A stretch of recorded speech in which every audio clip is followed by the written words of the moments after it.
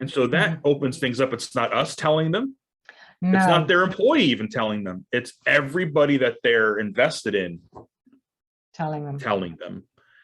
And unfortunately, even at that point, sometimes that they look at it and say, "Oh, that's good to know. We can handle that inside." Yeah.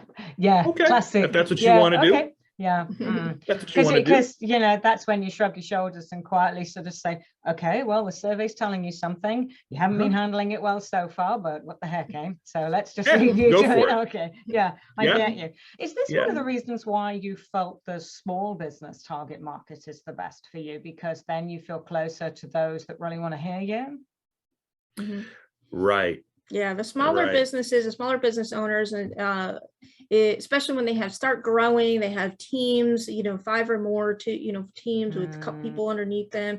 That's when it's kind of like it's a little messy, but growing at the same time. And that's where I think it's almost like have to equate it to children. If we have children in the audience, I have 2 stepkids from his first marriage, and it's like, it's that growth, right? And you need to make sure that a leader, or the adult in this case, is the calm in the storm.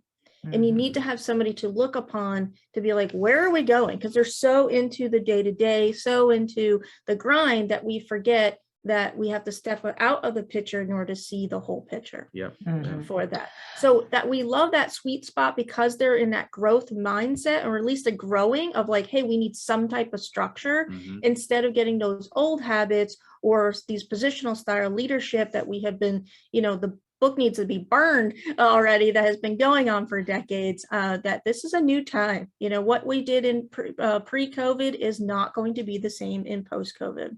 Yeah. And it's all a matter of perspective. And with small businesses, our goal is to transform leaders.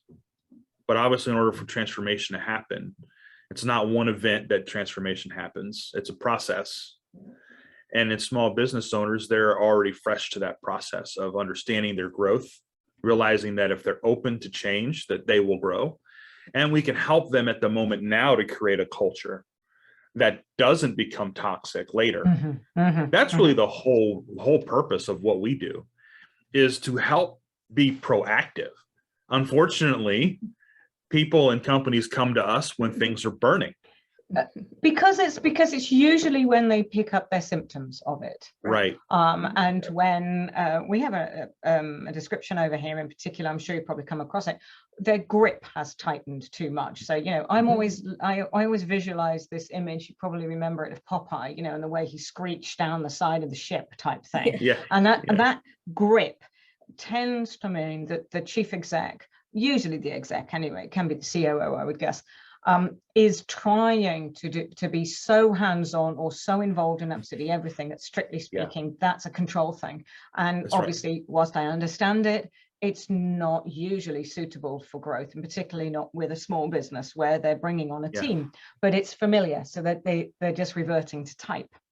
That's true. I guess what we're trying to encourage is true growth means you've got to let go.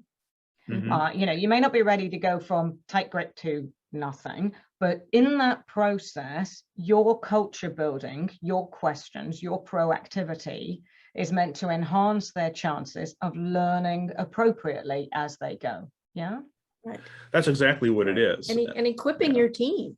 That's the thing. Our biggest thing in this gap that we have seen through our partnerships, which we call clients, and is that the cliche of like you get into this new role, new position, you're the rock star, and it was great. I fell into that trap. We have, he's had his stories too.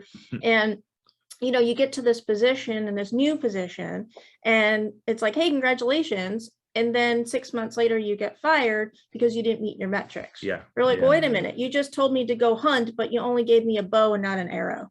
So, there's the gap there. And so it's about equipping your team, how you do that effectively to keep that going, and then not just learn one person, but to turn around and to learn it to others.